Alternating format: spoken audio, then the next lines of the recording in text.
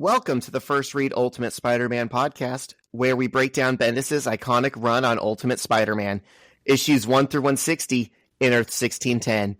I'm Zach, and I'm joined today by a man who will watch The Bachelorette, but not Evangelion, John Opat. Welcome back. How we doing? Great. What you been up to, man? Not much, just binging The Bachelorette. Yeah, I figured. I had a pretty eventful week. And I know Yeah. you came in saying you had an eventful week also. Yes. So, Yes. before we get to that, let's do a little bit of housekeeping. Okay. Because we've got an update for the webheads. Yep. You guys might not like this, Sad but news. okay, so we have been so good at giving you regular content for the last 2 years. I think so. I think it has been 2 years without a break. We did a 2-week break last March. I checked, and that was the only time. We're going to need a little bit of a bigger break right now. We're about to do a 2-month hiatus. We ask kindly that you are still with us when we come back. If you can wait for us for 2 months, we would greatly appreciate that. And it's my fault.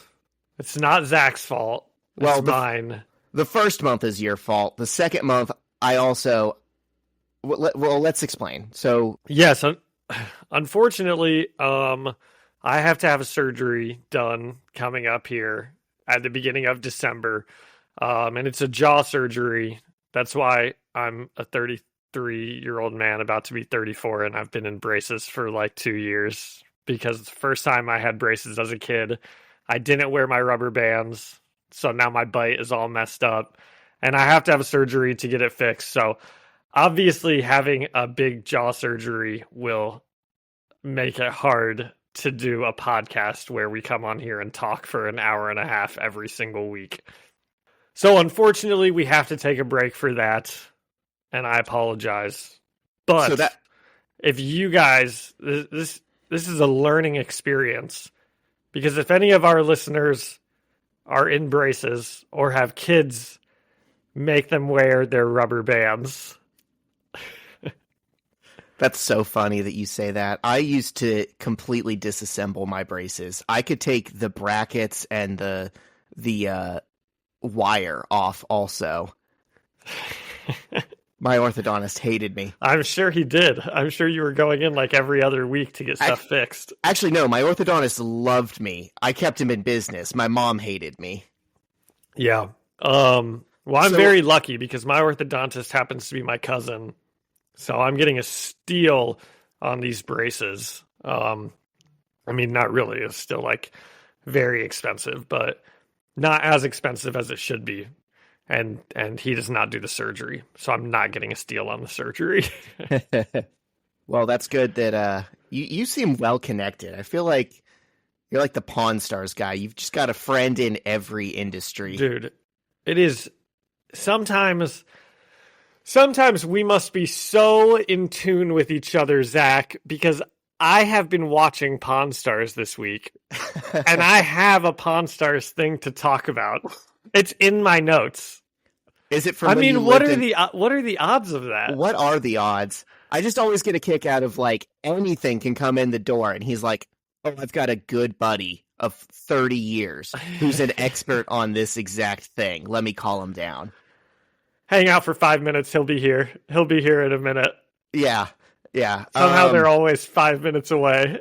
Right. It's TV magic. They definitely don't schedule them to come back another time. So that's the first month, which is, I think, pretty reasonable. I think everyone should understand not potting when you're recovering from a surgery. The second month was my idea. A jaw surgery where you can't talk. Right. Specifically the podcast killer. Yeah. A foot surgery we could maybe fight through.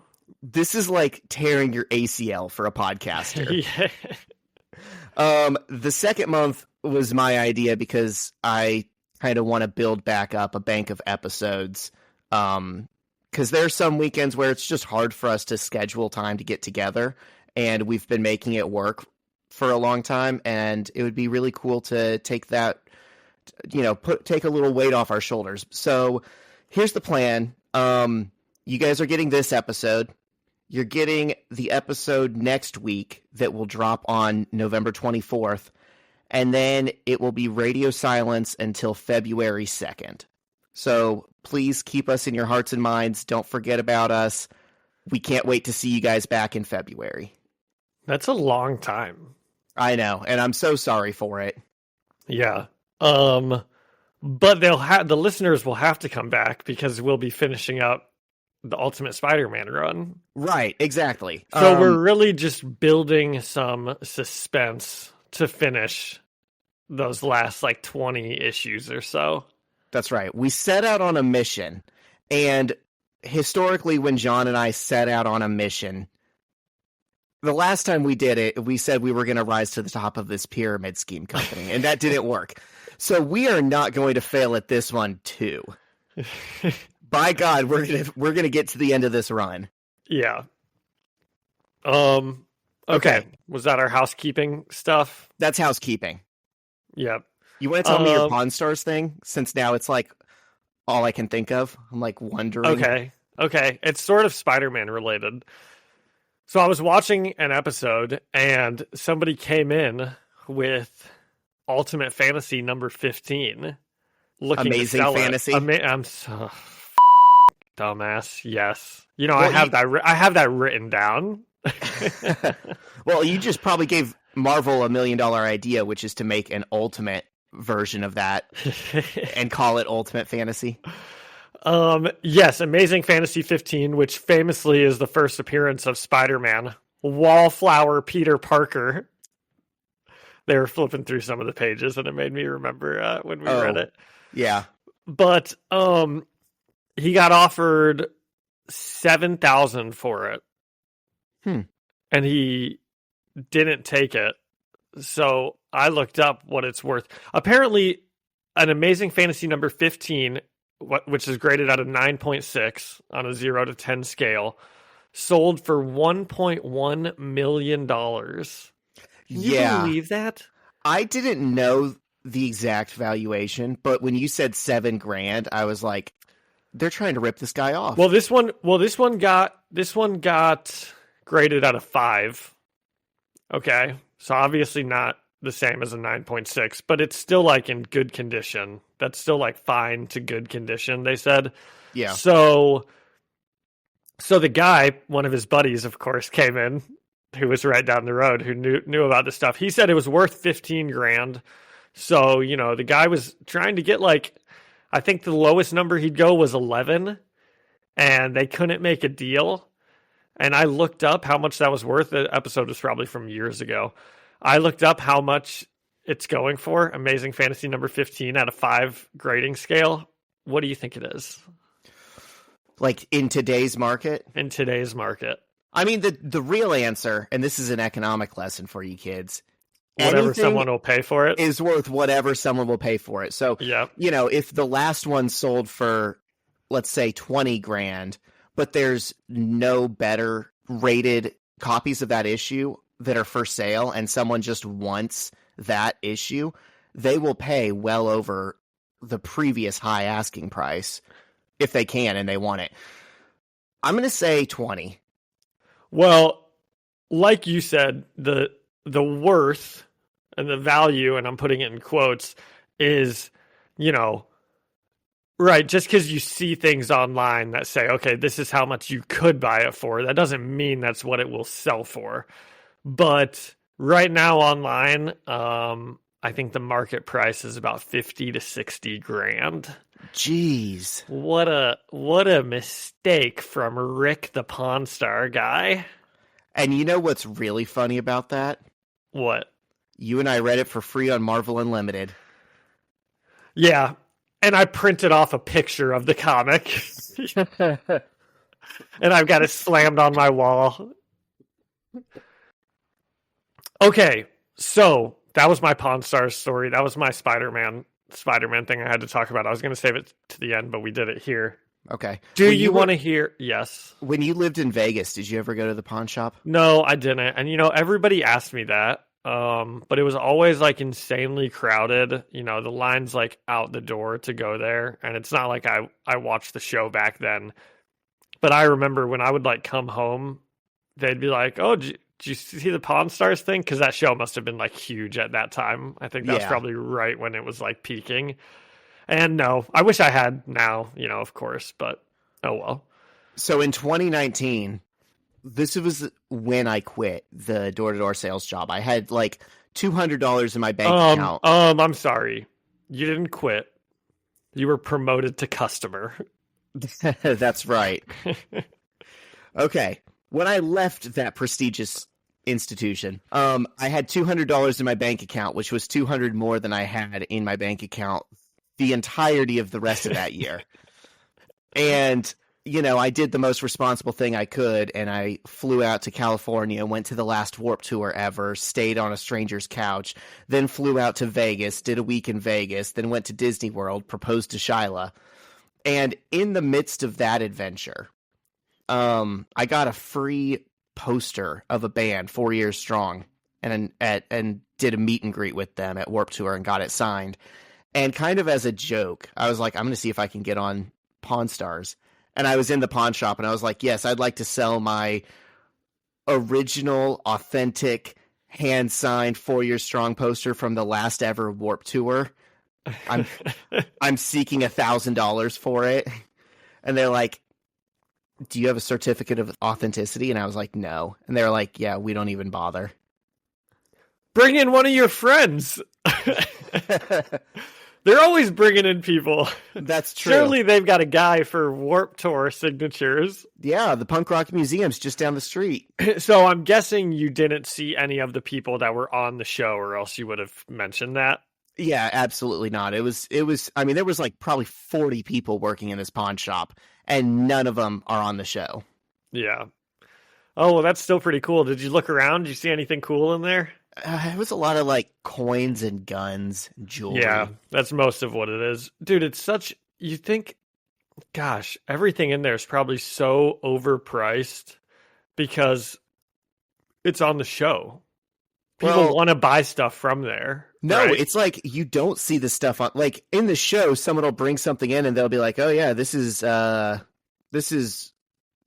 what is it? Redbud or Rosebud or whatever. The wagon from Citizen Kane. And they're like, wow, that's amazing. And then you go in there and it's like not there. They have to have some kind of like secondary, like an online site or something where you buy the random stuff that appeared in the show, because the shop itself is just like jewelry and guns and coins. Interesting.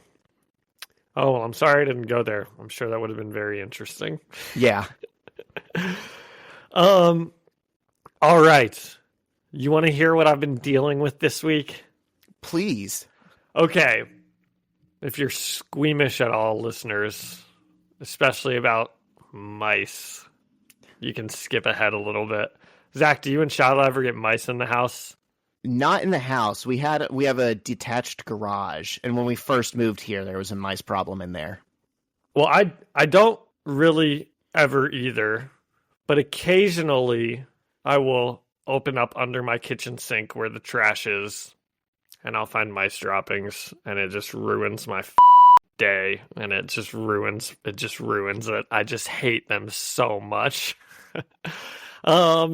And of course I found some, so I put out some traps. This is so gross. This is so disgusting. And I caught a couple, but one of the mice flipped out. I use glue traps. Oh. Okay. I hate those. It's so creepy and sad watching them squirm. Yeah. Well, I don't use them anymore. After this story, I don't use them anymore. Okay. So I wake up. This is like Wednesday morning, I think. Okay. I wake up and I already know I've caught some mice because my cats always sleep with me and they weren't in bed with me all night. So I know that means they were just staring at the cabinet all night long, you know.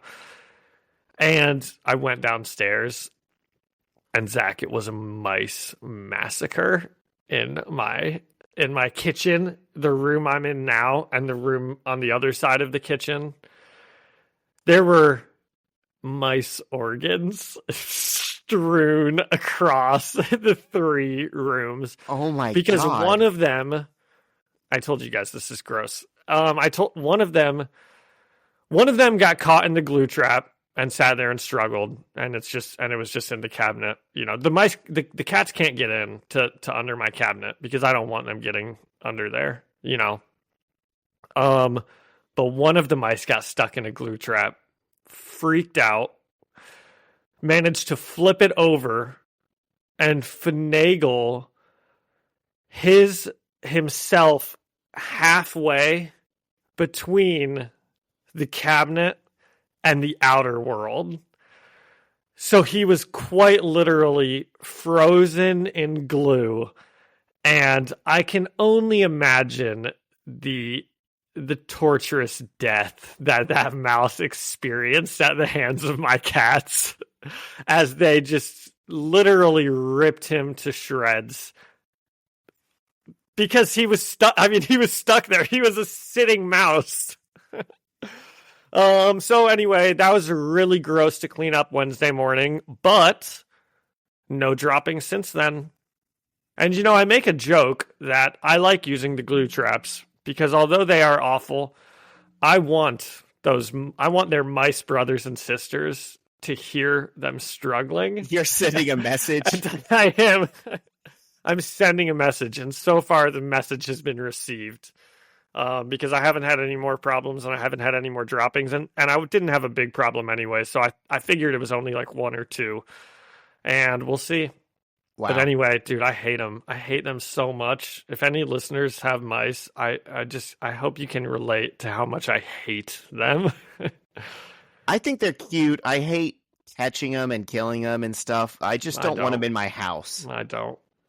Like a little field mouse outside. You know, that's not hurting anyone. Yes, it is. He's just a if it's guy. outside, it's not. Just stay away from my stuff. But it is funny that my like Halloween costume every year is like Ratatouille Sure. with a mouse in my hat, and I just can't stand them at all. So it was a pretty brutal week.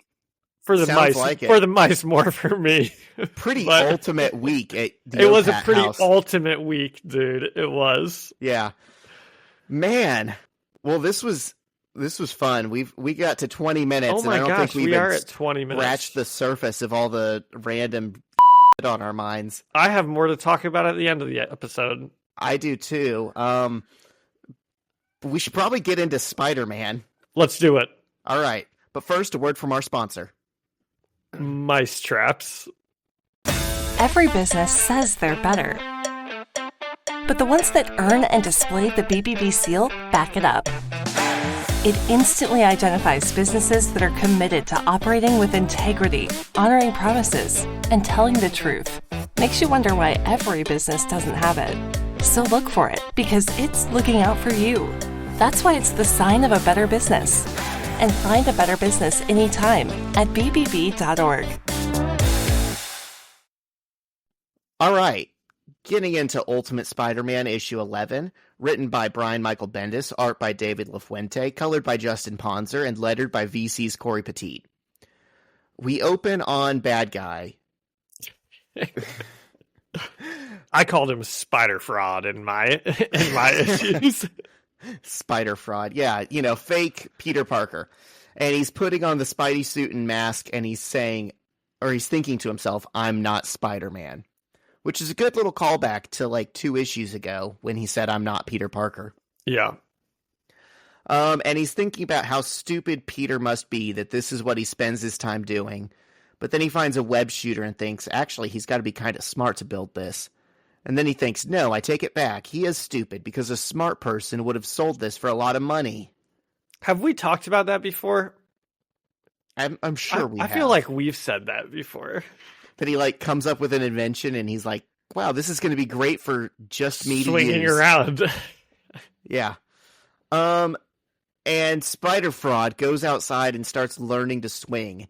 And he comments that it's not as easy as it looks. And he gets the funny scene that we always love where someone tries to swing and they swing directly into a wall. Mm-hmm. And just then the real Peter wakes up and he's tied to a chair facing the real Jonah, who's also tied up. And they go through the formalities that you'd do in this situation. You know, where are we? Why'd you attack me? What are you talking about? They're very confused. And they realize they've both been kidnapped, and Jonah is wondering why they would take him. He says, I know why someone would kidnap me. I'm famous, I'm rich, I'm a target for kidnapping. And Peter says, you're not that famous. And Jonah's like, I'm New York famous. Which I thought was kind of funny. And this is like jogged something in Jonah's mind. He can't get over it. He keeps looking at Peter and wondering why he's there. And suddenly he realizes something. And he says, I know who you are. And he keeps repeating it, and Peter tells him to shut up. They might be listening. And Jonah's like, do whatever you got to do to get untied. Peter's like, I'm trying, but I can't. They drugged me or something. And Jonah says, I can't believe it was you the entire time. The story of the decade, and it was right under my nose. And we change scenes to Captain Frank Quaid rushing to a bank. So you think Jonah like just figured this out like in this moment? I do. Okay. Do you think he already knew? No, I think he did also. But when I was first reading this, I was like, wait, so did he already know who he is? But no, I mean, I guess that makes sense. You know, he's putting some pieces together, thinking like why he would be kidnapped. But I don't know. We change scenes to Captain Frank Quaid rushing to a bank robbery where the robber has taken hostages. And he's on the megaphone and he says, come out with the hostages. And fake Peter jumps through the window of the bank saying, heads up, big time superhero coming through. That's something that Peter said before, isn't it?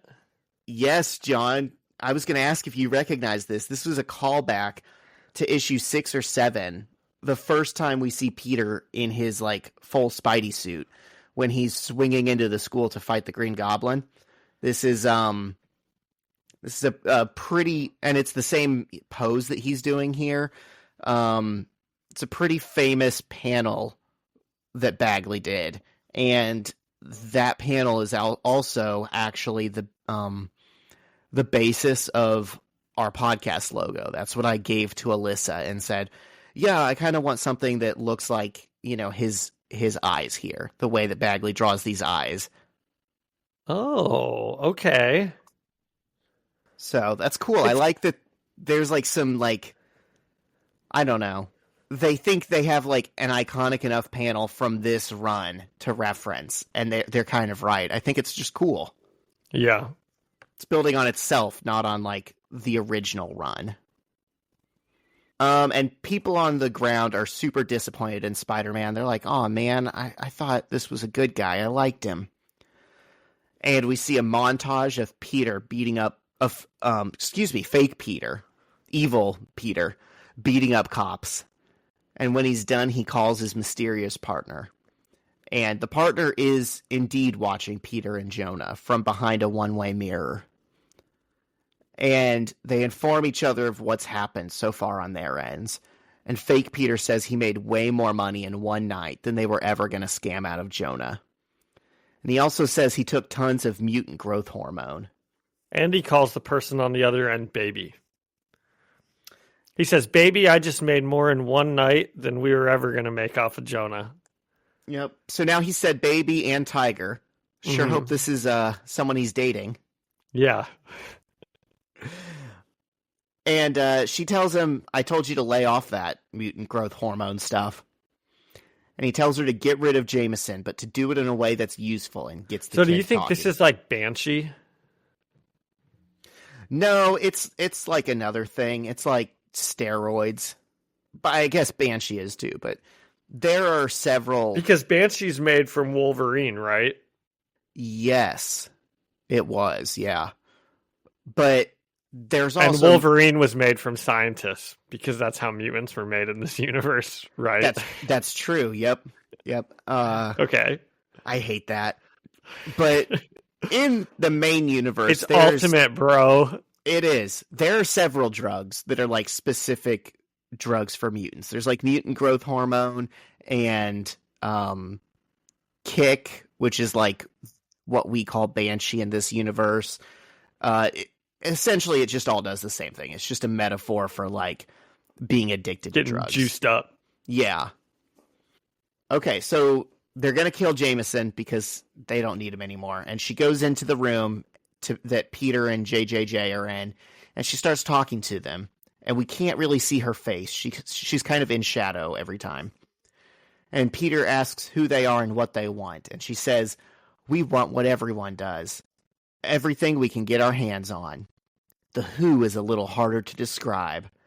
And she steps out from the shadows and she has a blank face like the other guy did. And she says, "We're something of a chameleon."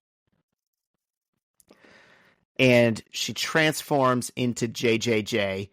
And this is a kind of funny panel. I mean, it's not supposed to be, but I said she looks Is like... the chameleon a longtime Spider-Man villain? Yes, like who can do this? One of the very original Spider-Man villains, yeah. Okay, so you know who this looks like to me when she's like mid-transformation, every time she's looking really gross? Who? Who do you think? Does it remind you of anyone that we've seen? Oh, I was going to say Clayface from DC. Oh, okay. Well, yeah. But it reminds me of that alien that Captain America beat up in World War II. Oh, yeah. Herr Kleiser. Yes. Yeah, kind of. When his face is all smashed in from the shield. Yeah. And the A doesn't stand for France. Yep. Okay. So she trans into J. Jonah Jameson with great boobs and points a gun at the J. Jonah Jameson without great boobs. And Peter starts struggling to rip his ropes, and she says, "Peter, pay attention. This is for your benefit." And then she actually shoots Jonah in the head right in front of Peter. Yeah, I don't like it at all. It's a pretty upsetting panel. I'm quite upset about it. They brought back this run, and now they've killed off Kingpin immediately, which we've already talked about. And now they've killed off J. Jonah Jameson directly in front of Peter. And I don't like it. Okay, let's just say that. We're losing all our best characters. We are. Might as well kill off Spider-Man. They almost did that too. That's true. So she points the gun at Peter and says, "Now let's talk about the world according to Peter Parker, the Amazing Spider-Man." And she turns into Peter. Yes. Yeah. And back at the Parker home, Johnny, Bobby, Gwen, and May are watching the TV reporting on Spider-Man's one-man crime wave. And Johnny and Bobby are like, "Oh my God, what's gotten into him? He's gone crazy." And to her credit, Aunt May says, "Both of you stop it. That's not my Peter. Forget what I said about no more powers. Suit up and go find whoever is doing this to my family and bring Peter home to me. Now." We see Bobby ice up and Johnny flame on as the issue ends. And he says, "Yes, ma'am." She really is the boss. I know, and I like it. Isn't it fun? I know it seemed so silly when they all went to live with her originally. No, it's growing on me. It's kind of like a Charlie's Angels kind of thing where it's like she's the boss in the chair. Their stupid little teenage foster home dynamic is growing on me in this issue and my issue. Yeah. I told you if we would come to a status quo that you would eventually like. Short issue. It is. It went profoundly fast. Yeah. So what did you think about it? It is very hard to judge because it was so short, but it was an enjoyable read. I agree. It progressed the plot well. I knew the Jonah thing was coming, and it still surprises me every time. It just doesn't seem like the kind of thing. I can't believe it. I couldn't believe it. the way they show it, they show him getting shot in the head on page. It's just not something that you're used to, and it like and we have some very upsetting images in my issue. Oh yeah, you see the blood and everything. Yeah. Yeah, it's not it's like the horror that they're subjecting Peter to watching, you the reader are also part of. But then I also like May just being on top of her game and immediately knowing this is like some doppelganger. Yeah. And sending her kids out to get him. I like it when Johnny says, yes, ma'am. Hasn't that happened before to someone from Aunt May? Or has Peter said that before? Has she like told Peter to do something and he says like, yes, ma'am? I mean, he wouldn't say that. It was her, Jessica. But... During yes, Ultimatum. it was. She's like, I don't know who you are or what the f*** is going on, but go save my Peter. He's all I have. And she's like, yes, ma'am. Yeah. Yeah, there's something good about that. A lot of good callbacks in this issue, actually, between that and the heads up big time superhero coming through and one of the reasons opening panel. Here's one of the reasons I don't like the big time superhero coming through thing is because are we supposed to like get the idea that Peter and Spider Fraud are actually like somewhat similar of people from a personality standpoint? Because we get a lot of similarities between them, like in the way they think, you know, and then in even the things that they say. It, like you said, it's supposed to be a purposeful callback, but it's not like this guy can read memories.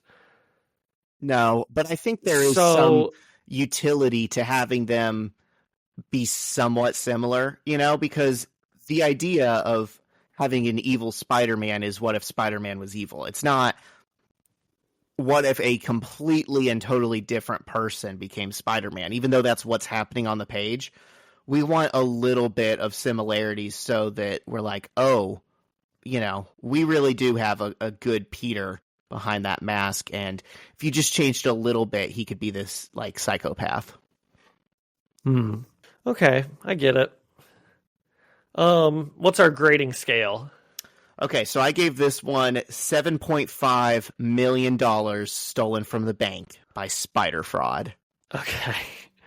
I'll give this one $8 million stolen from the bank by Spider Fraud. Okay. And it is sad that we've, you know, seen the end of J. Jonah Jameson in an episode where we're using the word fraud so many times. He would love that. We got to work in menace somehow. Okay. One other thing I wanted to call out, because I don't think I mentioned it, is page 12 is it's where we got the montage of him beating up all the cops. They make that montage like the blank space in between webs, which is not a new thing, but I always appreciate when you see that in a Spider-Man comic. It's just such an easy but cool way to do a montage scene. LaFuente is coming into his own here. And by that, I mean, I think he's being forced to draw things in a good way because it's not at all similar to how he started. But I like this a lot. Okay. Oh my God. I saw a thing on Reddit the other day. Someone posted the couple of pages that we recently read where the girls push Peter into the bathroom and give him a haircut. And I was reading the comments, and one of the people was like, God, I love David LaFuente's art. Yeah, maybe like starting after that scene. I love it when Peter's drawn looking like a 6-year-old where everyone's like way taller than him and he has the stupidest haircut ever. And 3 girls are talking in unison, like saying, sweetie, your head's round. Like somehow getting that haircut, he has also like grown up. He's now like a taller person. He like wears better fitted clothes now. Yeah, you're right. A good haircut will do that. It can change a man. It can. Yeah. All right. That was good. Anything else? Nope, I don't. That was good. Okay. Okay, Tainted Love, part 6 of 6. I don't think we've really talked about that title yet, but A, That's a I banger. mentioned it a couple times, but Okay, that's a banger of a song. And oh, then is it a song? Yeah, it's the sometimes I've got to dun dun run away. I've got to dun dun get away. Okay, good. But then also, I think that might have been in a Doctor Who episode. it's been in everything because it's a banger.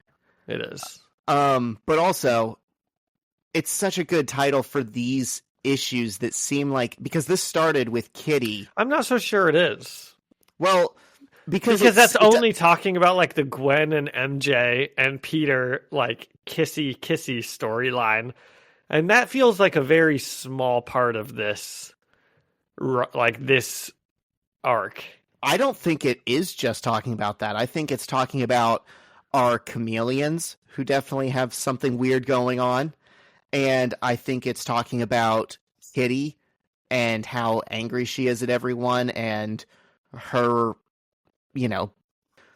whatever you want to say, when she had her little moment and blew up a news van and ran away in the sewers with Kong. I think there's a lot of different things that women are always overreacting. Zach. You said it. That's what you just said. Okay, I don't think that. I support women's rights and women's wrongs. If Kitty Pryde wants to blow up a news van, far be it from me to judge her. Okay, sorry, go on. What else are you saying? That's it. There's just been a few different instances in this. True. And then I also think Tainted Love could very easily be this fake ass, grown ass man disguised as Peter making out with not one but two teenagers. Like, there's a few different levels to where this arc. That is the binding theme between it, because it really is like 2 or 3 arcs that all share a name and a theme. Okay. I love it. Good job, Brian Michael Bendis and David LaFuente and everyone else. Issue 14. Let's wrap this arc up. Let's see how it finishes out. So, Spider Menace is stumbling down an alley, and he's in the process of robbing what I think is like an armored truck, and the driver looks to be dead on the ground. He's actually almost got like a bit of a Glasgow smile on his face, Does it kind of look like that to you? A little Joker-like? A Chelsea grin? A Chelsea grin? What's that? I've never heard that term. Where you cut the sides of their lips so that it looks like they're smiling. Is that a Glasgow smile? That's a Glasgow smile, yep. Oh, okay. There you go. And as Spider Fraud wheelbarrows out bars of gold, and he's thinking to himself, God, I'm so tired. Obviously his HGH is wearing off. And he's trying to count how much gold he is. He's like, I can't even do math right now. This is kind of another situation where I'm like, why are they purposefully trying to make him seem like this is like a Spider-Man thought, where he's like in the middle of doing stuff and he's like, I can't even do math right now. The suit makes you monologue. I guess it must. Yeah, it must. And he's like, okay, it's about $6 million. That's about $4 million more than we were going to get from Jameson. Me and my sister will be able to escape. And I'm like, hang on. You're what now? Wait a second. What is with the Ultimate Universe? I mean, this is like okay, we had Pietro and Wanda, right? Yep. And then we had someone else. We had another group of siblings that were too interested in each other, didn't we? I can't remember. Am I making that up? I just know we've talked about this more than one time. Yeah, I mean, there's some weird feelings in the Ultimate Universe about that and cannibalism and consent and age of consent. We've definitely talked about incest like 4 times on this podcast, which isn't a lot. but it is 4 times. Oh, that's not the joke. What is it? If I had a nickel every time, I'd have 4 nickels, which isn't a lot, but it is something. Weird that it happened 4 times. Yeah. Yeah. And what's crazy is we didn't even read the issue in Ultimates 3 because I didn't want to read Ultimates 2 and 3. First of all, you don't need to. Second of all, they're bad. But there is literally an issue where Janet Van Dyne is talking to Captain America, and they're like, Cap, Wanda and Pietro are in love. And he's like, well, yeah, they love each other. Yeah, they're siblings. And they're like, oh, Cap, you're so old-fashioned. It's not like that. And he's like, what? You're so old-fashioned. Cap, in today's world, incest is okay, sweetie. I know. He's treated as being out of touch. And I'm like, what the hell is going on here? Wow. Why would Bendis have him say baby? Why would he do this? Why would he say sister? Why not just say girlfriend? And John, I remembered what the other thing we're thinking about is this exact spider fraud saw Gwen Stacy crawl into Peter's lap and start kissing him, and he's like, oh my gosh, is this his sister?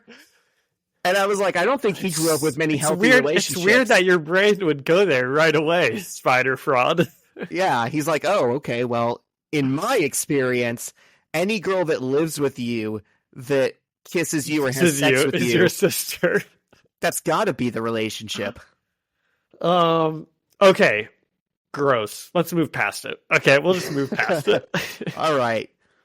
So, Spider-Menace is thinking to himself, because he's so tired, he says, I'm going to pop a couple more mutant growth hormone pills just to help me get home. And then it's like a classic drug addict thing. He's like, and then once we hit our big score, I'm going to get clean. I promise. I promise myself, and I promise it to my hot sister. And he pops the pills, and he immediately is like, whoa, mama, okay, I'm back. And then as that happens, someone off panel yells, take off that mask. And Iceman and the Human Torch are suited up, hovering above him. And Bobby asks him who he is, and Johnny again tells him to take off that mask or he'll burn it off of him. This is a really good panel of drawing, okay? I'm liking it a lot. I think I might be becoming a really big Human Torch fan. I just like the way he looks a lot. You know, I like when he's not on fire. His suit is just the standard Fantastic Four suit. Like, I like how much it changes the look when he flames on. Yeah, he's really cool. When I was a kid, I was super into drawing. And of course, I was always drawing the Marvel characters. And I think the Human Torch was one of my favorite characters to draw. Because he's just a flaming man who flies. I mean, that's sick. Maybe next time one of us goes to Vegas, we'll get your old drawings and you can autograph them. And I'll be like, okay, Rick from Pawn Stars, I have an original Zachary Armour issue number 1 drawing. Okay, he did this when he was a kid. It's worth a lot of money. He's a big podcaster. Sure, yeah. We should do that. We'll see what they say. Yeah, it'll work out. So, Spider Fraud thinks to himself, and to his credit, he's actually putting stuff together pretty quickly. He's like, oh, I get it now. These are the kids that live with Parker. He lives with Iceman and the Human Torch. And as he's thinking this, Johnny erupts into even bigger flames, and he screams, take off that mask. And thinking quickly, fake Peter lifts up his mask, and he says, come on, guys, it's me. There's enough here for everyone. Let's take it home and divvy it up. And he apologizes for freaking him out, but he tells him he's just so sick of being Spider-Man and getting nothing for it. This is pretty quick thinking. Yeah. I think it is supposed to show us that, like, this guy is kind of smart in his own right. And, you know, well, if he wasn't high and also a psychopath, you know, he wouldn't be that dissimilar from Peter. Well, but also, if he has lived his whole life impersonating other people, you'd get pretty good at, like, quickly thinking about how the other person would act, right? Method acting. Yeah. Like Clayface. Clayface was an actor, wasn't he? Yeah. Yeah. Well, at least in the Harley Quinn HBO series that I watched, that's his. I think his in the shtick. animated series he was also. That's what I think he always is. Clayface is like always an actor. I mean, it makes sense. Yeah. I know it's like seen as the Family Guy of the DC TV, but I really do like that Harley Quinn show. Oh, I've never seen that, but I thought you were about to say that about Batman the Animated Series. And I was like, that was like beloved. I know. Yeah, that's revered. Yeah. I'm talking about the very recent thing. Yeah. That'd be fun to do a rewatch of. I remember watching that like back in college, running through those episodes, and I was like, dude, this is so good. I was in like the Batman Beyond generation. I got really into Batman Beyond. That wasn't Bruce Wayne, right? That was... I don't remember. I just know he had the slim black and red suit. Yeah. That's like set in the future. Probably. I believe. I was like 4, dude. I just thought it was cool when Batman beat up the bad guys. Yeah, it is. So Bobby isn't falling for it. He asks who this guy really is, and Johnny says, it's Peter. I'm looking right at him. And Bobby says, maybe it's because I've been around shapeshifters, but I'm telling you, that ain't him. Which is a nice little touch, because Bobby would probably be more well-versed in shapeshifters, dealing with Mystique and other mutants and whatnot. Yeah. He's, got to give him his dues. He's not the sharpest tool in the shed, but he has some experience with mutant affairs. And fake Peter gives up the charade and tells them to calm down, and he'll give him back his friend. He's like, I'll go get him out of my truck. And he turns around and he turns back around with 2 big machine guns and he starts blasting. And Bobby blocks them with an ice wall as the bullets melt as they approach Johnny. And boy, this is just cool. This is just more reasons I really like Johnny Storm. That's his name, right? Yes. It's very cool. We got some good art here. Like I said, LaFuente is, he's coming into his own really well here. For all the we gave him in the first couple issues, I'm taking it back now. The thing about professional comic artists is they are all so good. If you end up reading 10 issues of them, you get used to whatever problems you had, and you just get wrapped up in the story. So then as the pair are blocking the bullets, or at least worried about the bullets, the shapeshifter blasts them with his electricity powers, and he begins to run off as Bobby chases after him, but seemingly loses him amongst a deserted street. And then, we get this panel of Bobby almost looking at his hand, and he's like, oh no, uh-oh. And I don't know. How I took that is I thought maybe I missed something and Bobby got shot. Ooh. Because you know how sometimes people, that's how they'll look at their hand when they'll realize there's blood on it or something. They have a delayed reaction. So I actually flipped back through a couple times and I was like, what did I miss here? But it's just, I think he's just saying that because it's the assumption that he's lost track of the chameleon. Right. Yeah. So back with the real Peter and the chameleon girl, the girl tells him that unless he tells her what she wants to know, this is the end of the road for him. And she says she's been doing research on Peter and Spider-Man, and she knows that he works with S.H.I.E.L.D. and the X-Men and the Ultimates, and she wants some secrets she can sell. And then she shifts into another Peter Parker lookalike. Lots of Peter Parker lookalikes here. Got to keep up. And Peter begins to say he doesn't know anything when she stops him. And she's like, okay, before you even start with that, let me explain the situation. I wonder what Johnny Storm is going to do if he comes in right now and sees a Peter Parker with a choker and ginormous boobs and Daisy Dukes on. He'll be like, this looks just like the girl I made out with a couple of issues ago. I know. When he piece it together. And so she says, like I said, she's like, before you even start with that, let me explain the situation. My hot brother, who I kiss, is living in your house. She says, do I have to come right out and say how much trouble your family is in? Your girlfriend, your old aunt? If you don't tell me what I want to know, they're going to get hurt. And they're going to think it's you that's hurting them. And that really gets Peter. And he begins to summon all of the strength he has. And I think in a past issue, this is probably where he would break free, right? And we see he tries to, but he just can't quite. And she whacks him with the butt of her gun, knocking him over and making him bleed even more on his head. And she says, settle down now. This isn't a threat. This isn't something that might happen. This is something that is happening. And he's laying face to face next to Jonah. Oh my gosh, yeah. Who's just... if there's just a pool of blood around. Yeah, I haven't.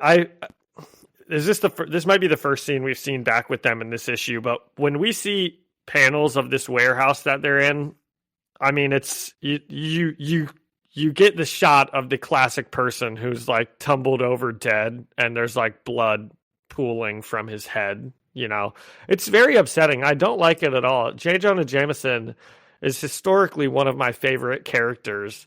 And I don't like that this is how he went out.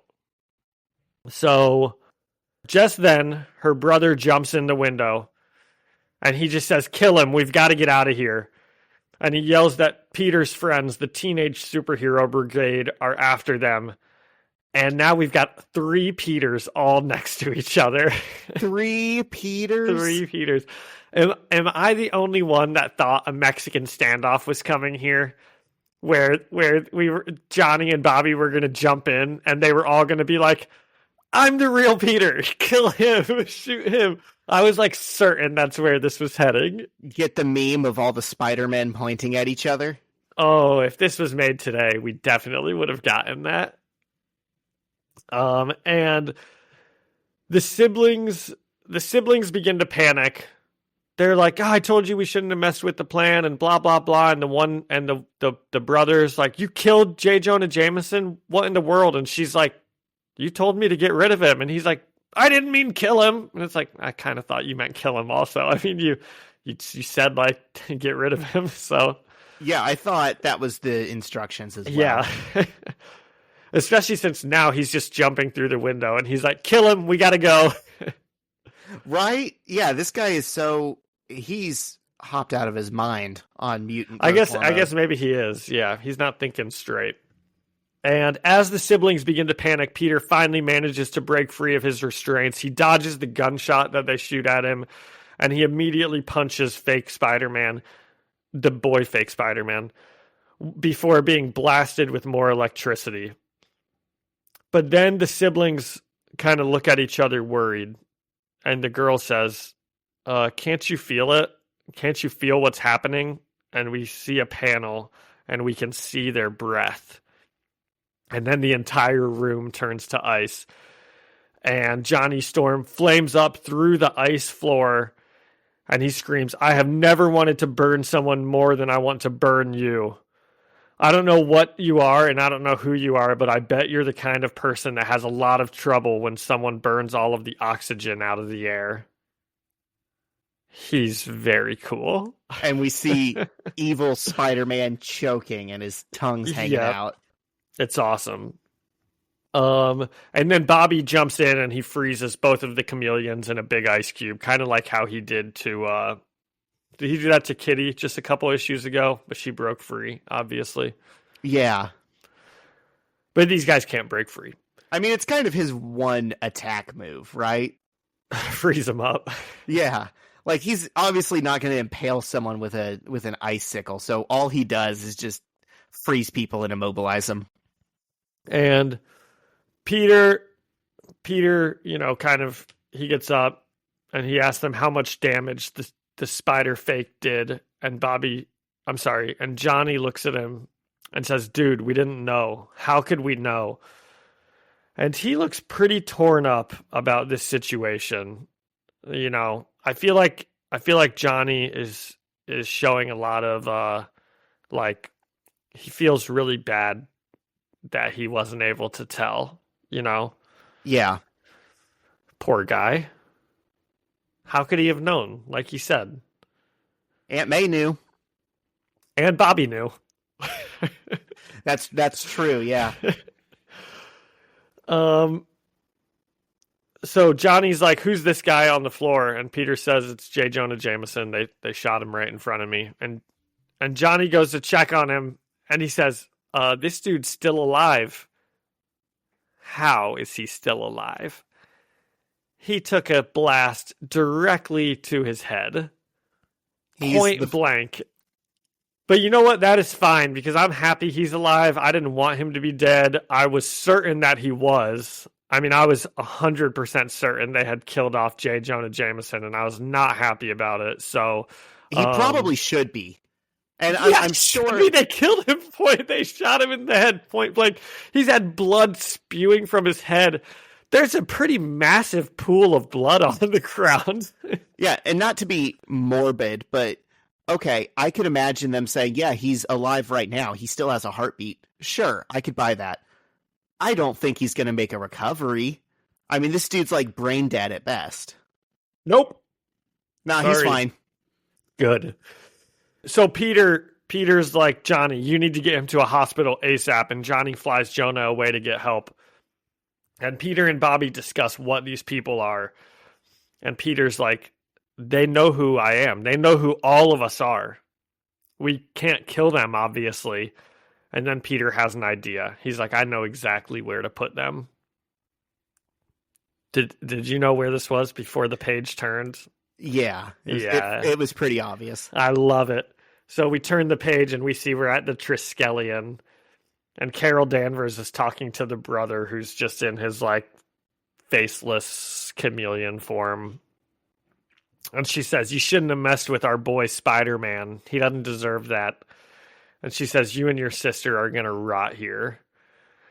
And he also turns into Carol Danvers. And she's like, "Huh, I actually do need a haircut. Thanks for the help." She's pretty cool also. Lots of cool people in this issue. Right, yeah, just not these siblings. But they're good villains too. If they were dating, they'd be better siblings. Or if they just didn't call each other baby, they'd be better siblings. But you know, you did bring up something funny that does make sense looking back on it, that Gwen does try to jump on him and make out with him. And he's like, "Who is this? His sister?" And then we do get this like incestuous relationship between them. So I don't know. It looks like at least Bendis planted some seeds of that in the issues. He knew what he was doing, yeah. Yeah. So Peter and the crew make it back home, and Aunt May gives Peter a big hug. And as they hug, we get a nice pink swirl in the background to really show like the relief and the love that they feel. And I said it's drawn like only David LaFuente can do. And as Peter walks inside, he and Gwen share a look at each other that I said I'm not really sure how to interpret. It doesn't look like a happy look. No, it doesn't. We can assume Peter's heard about what happened, even though there's no way he would know unless she... Well, I mean, Peter wouldn't even know that fake him made out with Mary Jane and did all this, right? Unless somebody told him, he would have no idea. I'm assuming Bobby so they must and have Johnny told him. Yeah.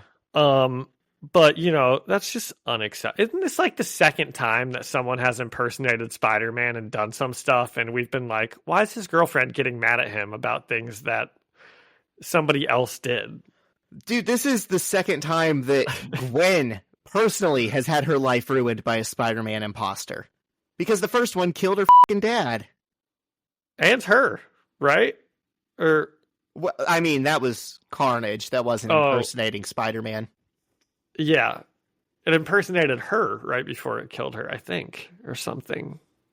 Didn't she like open up the door and it like looked like her? It absorbed her, and it started looking like her. But yeah, I mean, she rightfully might be thinking, why do I keep f***ing with Spider-Man stuff? This just ruins my life. I don't know, dude. I hope they break up and he dates Mary Jane. Wow. Who could predict that coming? I like Gwen. I mean, sorry, but this is not okay. This is not okay. Your boyfriend has been like kidnapped and tortured, and he's finally okay. And this is the best look that you can muster when he comes back. I just don't like that. Well, John, I don't know if you've ever had an instance where, you know, a girl is just mad at you and you're like, what is going on? And they're like, I had a dream you cheated on me. It's that's never happened. A girl's never been mad at me for anything. Oh, wow. It's one of those things where it's like, I think rationally she knows it's not Peter, but how can she not feel some kind of way? But also, I guess they shouldn't have been dating in the first place because they already said we're like brother and sister. They're brother and sister. That just keeps coming back. It's like it does. Tainted love or something. Now I'd have 5 nickels. So on the final page of our issue, I've got so much Easter eggs on this page, and by that I mean I have one. On the final page of the issue, we see J. Jonah Jameson. He's lying in the hospital. He's got tubes and wires hooked up all over to him. He's lying unconscious. And then on the final panel, as the issue ends, he barely opens an eye and he says, Parker. And the issue ends. And here's my Easter egg, Zach. It looks like there's a book or a record laying next to him. And if we scroll in, it says Patrick, Vive, and Cora. Okay? Which I had to look up, because of course I didn't know what that is. And what that is, it's actually a movie, and it's called Patrick Still Lives. And if you look up that movie, one of the main images you will see when you look it up is an image that looks exactly like this J. Jonah Jameson, just like lying in a bed, like unconscious. That's interesting. And it is about, because of course I did some reading on this, and it is about a guy named Patrick who is unconscious in the hospital. And when he wakes up, or I'm sorry, I think he is unconscious. He stays unconscious, but he has the ability to transport his consciousness into other people, and he like commits crimes. It's like a horror movie, you know. And it's based on a horror movie made 2 years earlier called Patrick, and then the sequel to it is called Patrick Still Lives. And so I kind of thought that was like a little bit interesting. And the theme is also sort of similar because it's like somebody going into someone else's body and committing crimes. Yeah. Which is kind of the story that we have got in this Tainted Love. So anyway, if J. Jonah Jameson now has some like telepathic powers, now that would really be an Easter egg that's like sitting there, you know? Yeah. But I don't know if that's going to happen. I wouldn't hold your breath, but wow, what a nice ending Easter egg for like such a tight, interesting story arc. I mean, I really liked it. Yeah. Yeah. So have we already done a rating out of Peter lookalikes? I don't know if we have, but there's we had enough a lot of Peter. We had a lot of Peter lookalikes in this. There's issue. enough of them to warrant doing that again. If you want to. I gave this one a 9 out of 10 Peter lookalikes. Yeah. I thoroughly enjoyed it. Yeah. I'm glad J. Jonah Jameson is alive. I'm glad J. Jonah Jameson still lives. This would have been much less if he had died, but yeah, 9 out of 10 sounds right. This was a fun read. Yeah. I couldn't stop reading this series after I did these 2 issues. I read the next 3 or 4. That's funny because we're about to stop reading them for 2 months. I know. So you messaged me earlier in the week when we were talking about our break and how we were going to do this. And you said you didn't want to start a new arc and then have to quit in the middle of it. That's one of the reasons we're only going to do 1 more episode. Yep. So does that mean we get a 2-issue arc and then it goes into a bigger arc after that? So I actually I'm going to cut all this. I have a plan for next week that I don't want to tell you yet because it's a surprise, but it'll be a bonus episode. Well, don't cut that. Let the audience know. Okay. Oh, but next week it's called Heartbreak City, and I figure that means Peter and Gwen are breaking up. It might. Who knows? Maybe it means that a loving brother and sister relationship is on the rocks. Maybe, yeah. Which also would be Peter and Gwen. Yeah. Okay. Well, pretty good. Cool. I'm gonna if we're into something else.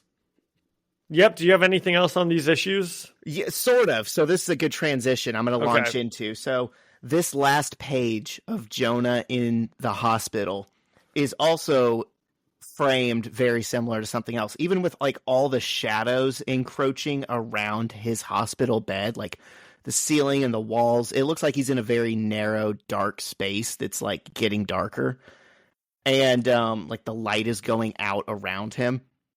I don't know if you've seen the music video for Welcome to the Black Parade by My Chemical Romance, but this is exactly how it starts. Okay, that was the thing that this evoked to me.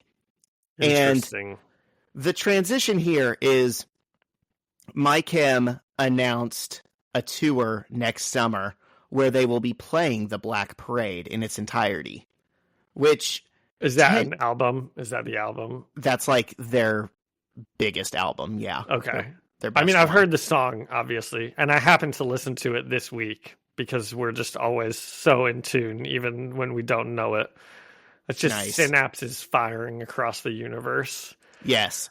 At one point, that would have probably been my favorite album, and I listened to it again this week, and I was like, yeah, God, that still slaps. It still holds up. It's a little bit more I don't know, Broadway musical-esque than. So is that the album taste. that also has Helena and No. I'm Not Okay? Because No, those are probably the only 3 My Chemical Romance songs I know, and they are all bops. Well, surely you know Teenagers, which is also on the Black Parade. Maybe if I heard it, I would know it. But the only 3 My Chemical Romance songs I know by title are the 3 that I just named. Well, listen to more My Chem, because all of their songs are I'm sure they do. Yeah, they're great. awesome. As far as big rock bands that are mainstream, they might be my favorite. But I was thinking about, going to this tour to see this album, because there was a point in my life where I would have said I would have paid anything to see them play that album. And I found out this week I would not pay anything because ticket prices have just gotten outrageous, dude. In 2022, $300 got me a ticket to go to Riot Fest in Chicago, where I saw them. It paid for a good portion of my split of the hotel for Riot Fest. It paid for the crutches I needed after I dislocated and destroyed my knee in their pit at Riot Fest and had. So to get you stretchered included out of there. that in the $300? Yes, and it Okay. included my deductible for my doctor's appointment and X-ray after I destroyed my knee in the Wow. pit. And in 2025, $300 would get me in their Chicago show a seat closer to Lake Michigan than the stage. It's outrageous. Let me I have my Taylor Swift big art drawing here next to me, and it's of the Speak Now album. Have you ever seen it? Should I flash it to you really quick? You've shown me. think I have a. Well, Does it have Does it have And a ticket stub? It does have my ticket from when I went to that concert. I'm going to stand up for 2 seconds and I'm going to go see if the price is on that ticket. Okay. Yeah. I'm going to guess it was under $100. $71.50 to go see Taylor Swift back when I was in college. And now, I mean, those are thousands. I mean, retail, if you can get face value, maybe they're, I don't even know, $500 or something. I don't know. But if you can't get retail, I mean, you're paying like $6,000 to get into that concert.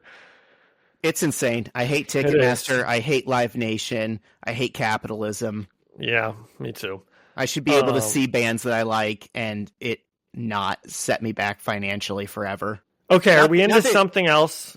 Yeah, because you mentioned capitalism and I have politics stuff. Oh, did something else happen? No, but something did happen back in the 1770s that I'm going to talk about. Okay. And I learned something about back then. My Chemical Romance tickets were $6. You could have got in for a nickel.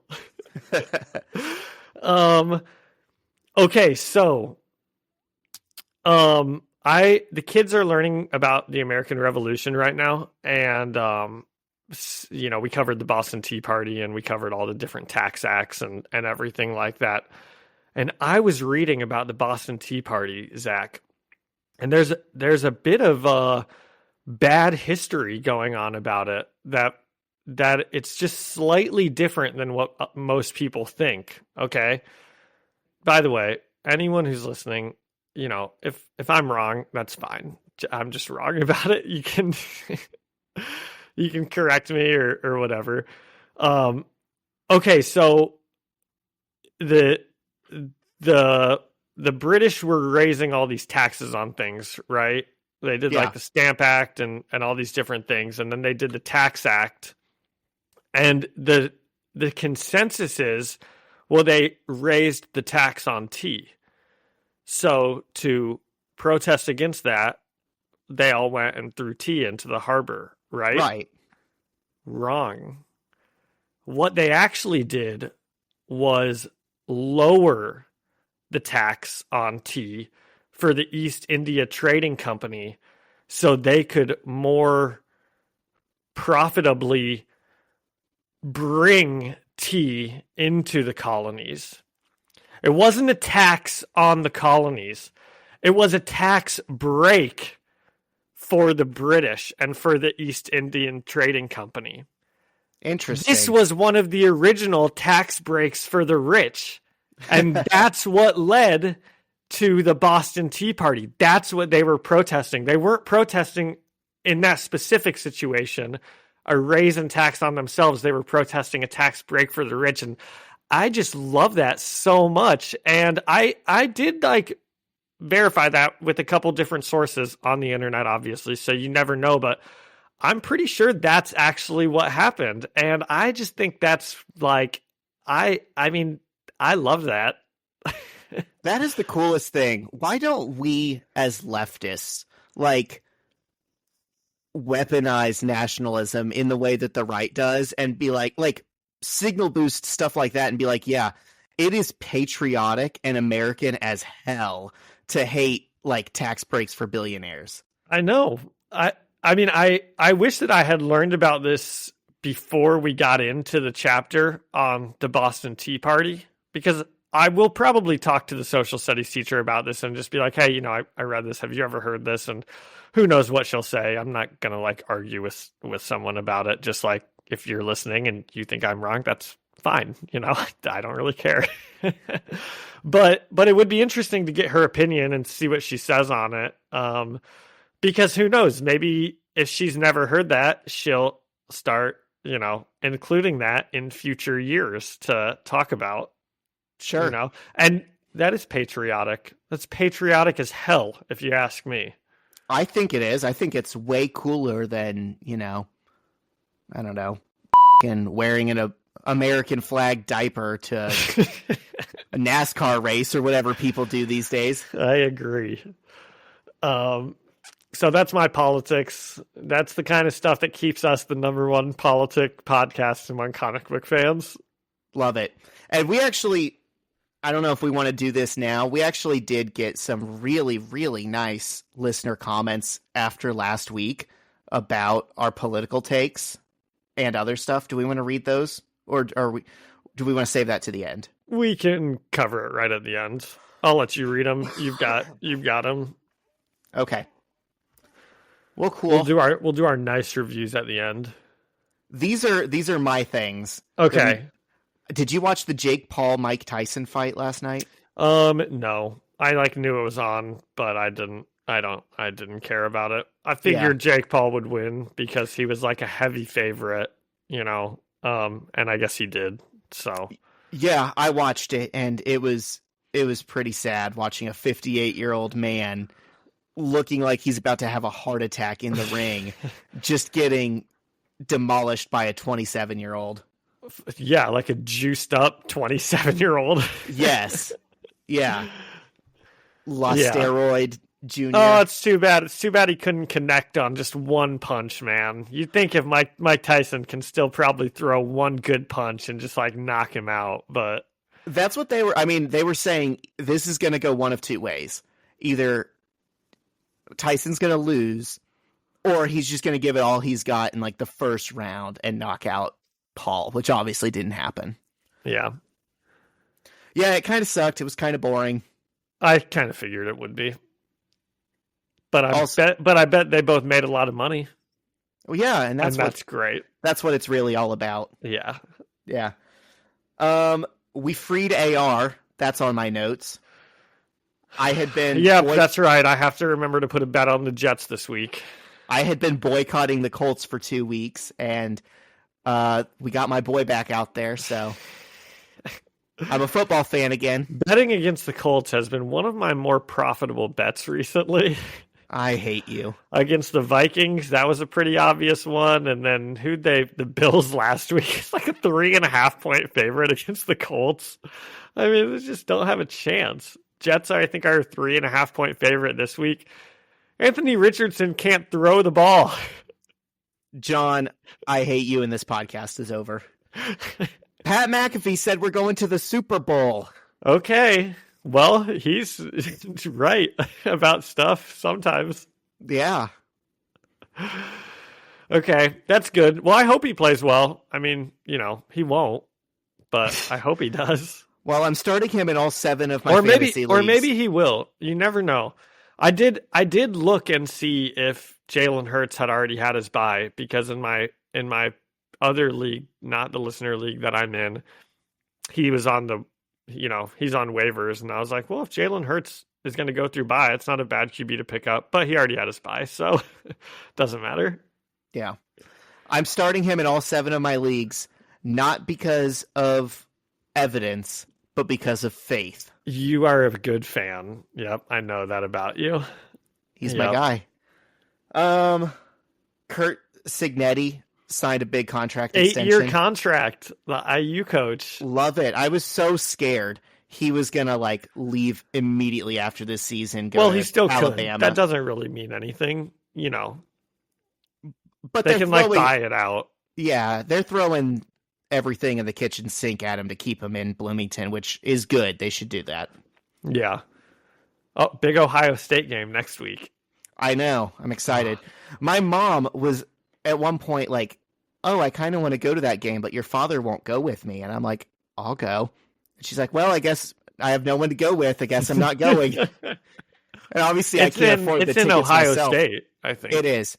Yeah. She is from Ohio and was raised in a really big Ohio State family. So that's the reason. I'm not expecting a particularly close game. I think I said last week that I do think IU is still a bit of a mirage, but that might just be my history of IU always being terrible at football since as long as I've been alive.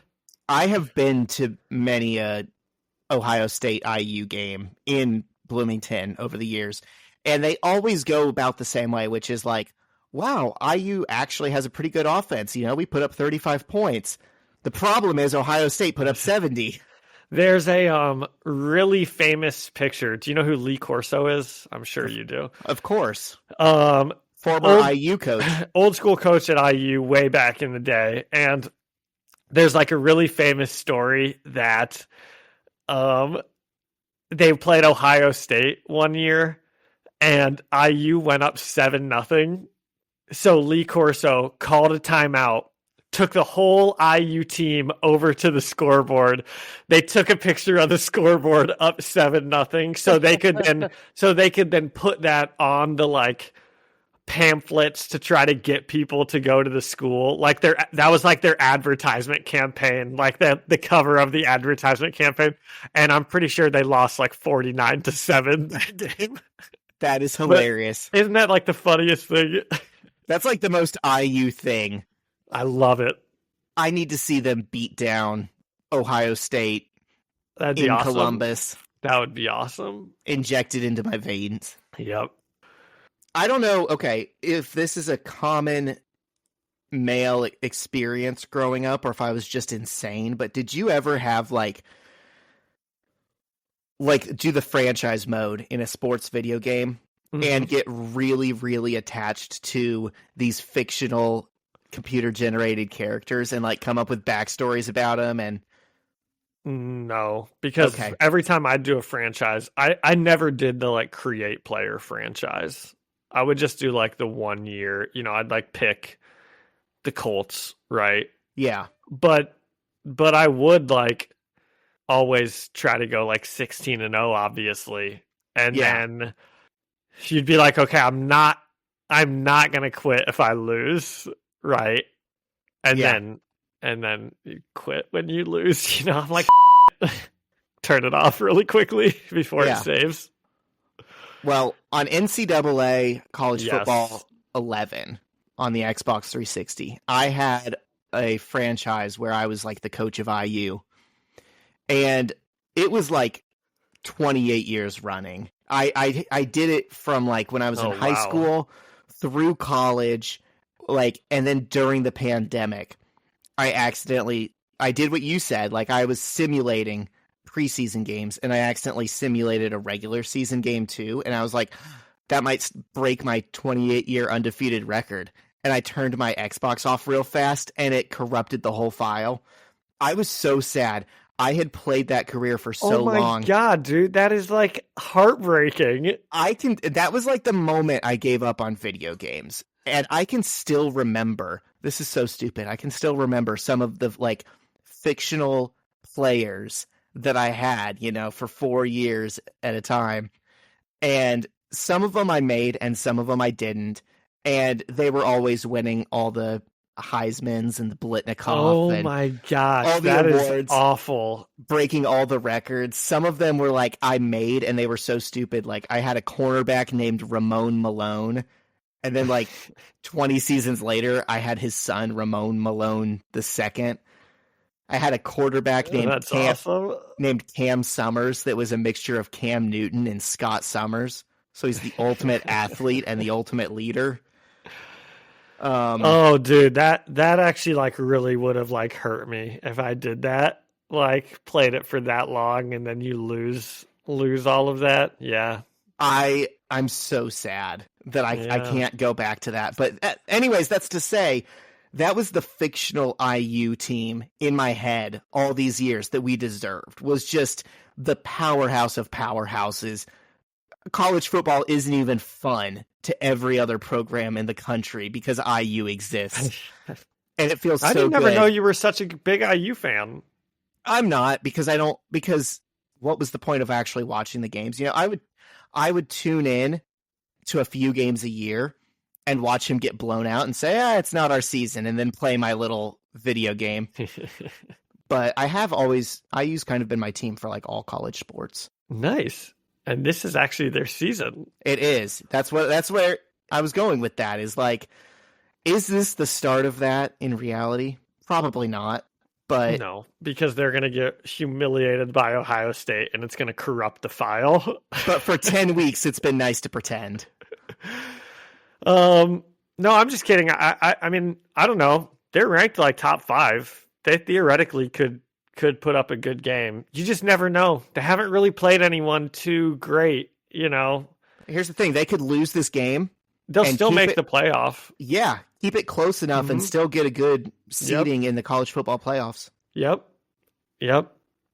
It'll be fun. Okay, you want my final comic book thing that I heard about? We might have talked about this before, but this is just a small question for you. Okay. I want your opinion on it. If you cut Wolverine directly down the middle from head to toe, would he die, or would he grow back into two Wolverines, or would it, like, what would happen? Same thing with Deadpool. Okay. So, first of all, I don't think you would cut all the way through Wolverine. I think you could cut his flesh off, cut his, anything until you get to the adamantium skeleton. But I think the skeleton is going to hold, and it's going to... Okay, well, let's say Magneto rips it apart perfectly centered. I don't know that I've ever seen it happen in a comic, so I know, don't that's know why I for want sure. your opinion. I would imagine... You're the expert on this pod. What you say will become gospel. Dude, I don't know. I mean, I think theoretically you should get two of them, but I think what would really happen is someone would just put the two pieces back together and they'd fuse or something. Yeah, that's true. I was thinking probably it would have to do with whatever hemisphere of the brain controls his mutant ability. Oh, that's true. And that would be the half that would regrow. Yeah. I don't actually know if that's true, but that sounds right. That's what I thought. That sounds more thought out than my answer. Yeah. I mean, truly the answer is whatever the writer wants to do. If the writer says there's a reason I need two Wolverines, they would split them down the middle like an amoeba and they'd have two Wolverines. And you would think if the writer wanted to kill Wolverine, they could also reasonably kill him that way. If they wanted to, yeah. If he was split perfectly down the middle and neither side was more than 50%, then they would both die. Well, it used to be like his healing factor was like, oh, he recovers from scrapes and bruises faster than other people, and his bones mend when they're broken and stuff like that. It wasn't, this guy is literally unkillable under any circumstances. You know, you used to theoretically be able to kill Wolverine. Who's got a better healing factor, him or Deadpool? I think it's Deadpool, but you always get the nerds who are like, actually, I read on BuzzFeed that one time Wolverine regenerated himself from a single cell, and it's like, okay, yeah, but that wasn't a main universe. Yeah, I think I have heard that. That wasn't a main universe story. I think I did see some dork push his glasses up and put a finger up right before he told me that. Yeah. Actually, I don't know. My headcanon isn't worth anything, but I think it's Deadpool. I think I'd agree with that. That's because you're the expert, and that's what you said. Oh, thanks. All right. That's all of my fun extra stuff I had for us. We talked about my mice. We talked about Wolverine getting cut in the middle. What were the other things? The Boston Tea Party, and then that Spider-Man Pawn Stars comic. Yeah. Hell yeah. Yep. Or is it Spider-Man trivia time? It's Spider-Man trivia time. Ding. Ding. All right, so remember, we're talking about the Spider-Verse movies now. Yep. Were Holland, Garfield, and Maguire ever going to appear in the Spider-Verse? Yes. It says yes, but the idea was scrapped. I don't actually think it was scrapped. Isn't there a montage in the second one that shows at least Andrew Garfield? Yes, he's got his Uncle Ben, right? Yeah. It shows that scene. Dude, I think there's a reason this is the unofficial Spider-Man trivia book. Some of these questions are dog shit, I swear. I say that every week. Is there a third Spider-Verse movie planned? Definitely. Beyond the Spider-Verse, right? Or across. Dude, I know I bitch about the No Way Home and stuff titling their movies like that. Just give us better titles so I don't have to think so hard when I think about which movie is which. Yeah. Let's see. There's Into the Spider-Verse. There's Across the Spider-Verse. And then I think the third one is Beyond the Spider-Verse. Right? Yeah. Okay. If you just start saying conjunctions, you'll get it right. Yeah. Those aren't conjunctions. They're prepositions. Oh, excuse me. Conjunctions are your comma fanboys. For, and, nor, but, or, yet, so. Those are you. Conjunctions. The more you know. Yep. Okay. Who was the older Peter Parker modeled after in Into the Spider-Verse? So the first one. Okay, so this is Nick from New Girl's character. Yes. So who was he modeled after? Is this like which Spider-Man was he modeled after? Or I would have never gotten this answer. It's not Spider-Man related. Okay, read it to me again. I need to hear this. Who was the older Peter Parker modeled after in Into the Spider-Verse? Ryan Reynolds. No. Oh, man. Mr. Miyagi from the Karate Kid movies. Of course. Yeah, because That's why this is the unofficial guide. The older mentor is what they said. And I'm like, okay, but that's an archetype. That's in everything. Yeah, that's what I was just thinking. It's like there's an older mentor in every movie. That's Splinter and Ninja Turtles. That's Obi-Wan in Star Wars. What are we doing here? Yeah. Okay, 2 out of 3. That's not bad. Speaking of Mr. Miyagi, Ralph the Snake Macchio was at the Tyson Paul fight last night. They kept showing him on screen. Surely not comic book Ralph the Snake Macchio. You're talking about the Karate Kid Ralph. The Karate Kid Macchio. Ralph Macchio, Okay. yes. But I thought you'd get a kick out of that. I did get a kick out of that. Yeah. Okay. Well, 2 out of 3 in trivia. That ain't bad. What's our jam of the week, Zach? You know, I had 2 jams in my head already. Well, good, because I don't have one, so you can give us both. And then I deleted them, and I made our jam of the week, Tainted Love by Soft Cell. I love it. Did you just make it that when we were talking about it? I did, yeah. That's a great jam of the week. I don't have one, so... So if you want to include one of the other ones, you can do that. I'll give you mine. Okay. The other one, what it was going to be was El Dorado by Prince Daddy and the Hyena, because I saw them this past week. And I've never really been the biggest Prince Daddy and the Hyena fan, but I do like that song. I like it live. That's a good one. John's favorite. Yep. All right. Read us some of these nice reviews that we got. Oh my God. God. Zach and I do feel bad that we are taking a couple month hiatus here because we do get such nice reviews from you guys about how much you enjoy the podcast and how it makes work better. And I'm sorry that you won't be getting that for a couple of months. Yeah. Everyone but it is what it is. Kind. So, and I got to apologize. A lot of people reach out on the Instagram and we appreciate it every time, but sometimes it's just like a conversation or a tidbit or whatever. And then sometimes I can tell, this would be, really good to read on the pod. If we don't read something on the pod, I'm sorry. There's like no hard feelings or whatever. We still read it for sure. And we appreciate it. And I always respond too. Yeah. Sometimes it's just a conversation starter, I think. And then sometimes I'm like, oh, it's like a review. It is. Yeah. Reviews get read. Yep. So this one came from Toby. They said, hey guys, I just finished the latest episode and I just wanted to take a second and say thank you for having such an intelligent take on this election. My socials have been so full of Did he listen to the same episode? I thought we were going to get people saying, screw you, we're unfollowing, you guys are wrong, but nope, we are still the most based podcasters on the internet. My socials have been so full of ignorance, hatred, and bias all week to the point that I've been kind of avoiding social media altogether. But hearing a couple of regular old dudes and fellow Spidey fans expressing all the same points that I believe in really hit different. I live in Iowa, which is largely a red state, so I often feel very alone in my political ideology. So thank you for making me feel less alone. Stay strong, hold your loved ones close, and we'll get through this together. also love both of the jams this week.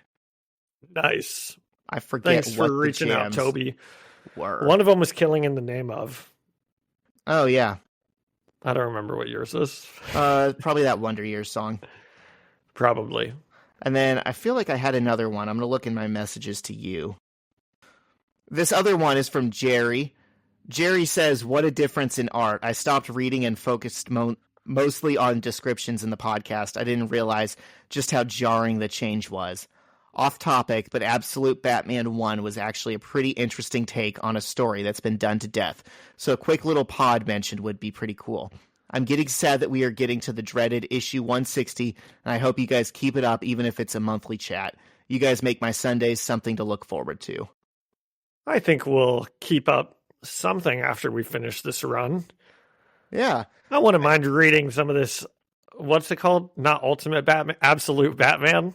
Yeah, I think we we'll might have to check that out. we might get around to some Absolute Batman, Jerry. Gosh, and I do want to keep going with the Ultimate Spider-Man universe that's coming back. We haven't even talked about the Maker in so long. I know, John just lives for the Maker. And why Yeah. wouldn't he? Yeah. I don't know. We'll see some cool Maker stuff. Yeah. Okay, cool. Well, thank you guys so much. Thanks for reaching out. We do appreciate it.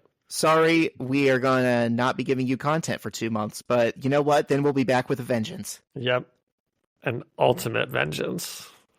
Absolute vengeance. That's got to be a title for something. They're going to use that at some point. All right. Thank you so much to Ian Hickey for the music and Alyssa Seaman for the artwork. And thank you all for listening and leaving us a review or a comment. You can find us, the First Read Ultimate Spider-Man podcast, on Spotify or Apple Music or anywhere else you find podcasts. And you can come and chat with us on Instagram at First Read Podcast. Send us an email at firstreadspidey@gmail.com or find us on YouTube, First Read Ultimate Spider-Man Podcast. See you next week. See ya.